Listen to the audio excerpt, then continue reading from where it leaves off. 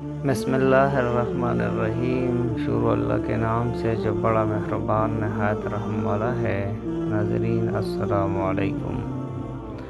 حضرت یوسف علیہ السلام اور زلیخا کا مکالمہ۔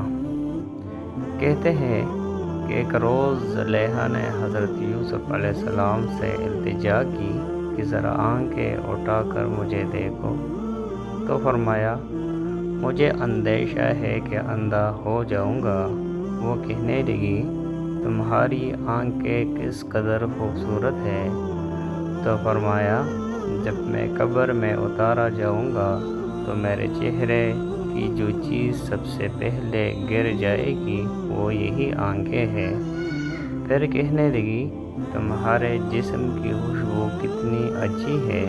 تو فرمایا اگر میری وفات کے 3 دن بعد میری لاش کو سونگھو تو باغ کڑی ہوگی۔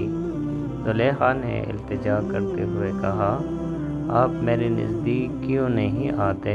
تو فرمایا تم سے دور رہ کر خداوند عالم کی قربت حاصل کرنا چاہتا ہوں۔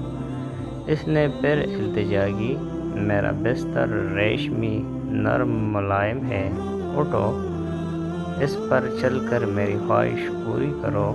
تو فرمایا مجھے خوف ہے کہ جنت میں میرا جو حصہ ہے وہ ختم ہو جائے گا۔ کہنے لگی اگر تم میری بات نہیں مانو گے تو تمہیں شکنجوں میں جکڑ کر رکھ دوں گی۔ تو فرمایا خدا میری حفاظت کرے گا۔ ناظرین جو مکالمہ ہم نے پڑھا یہ کتاب گفتار انبیاء کی لکھی گئی تحریر ہے۔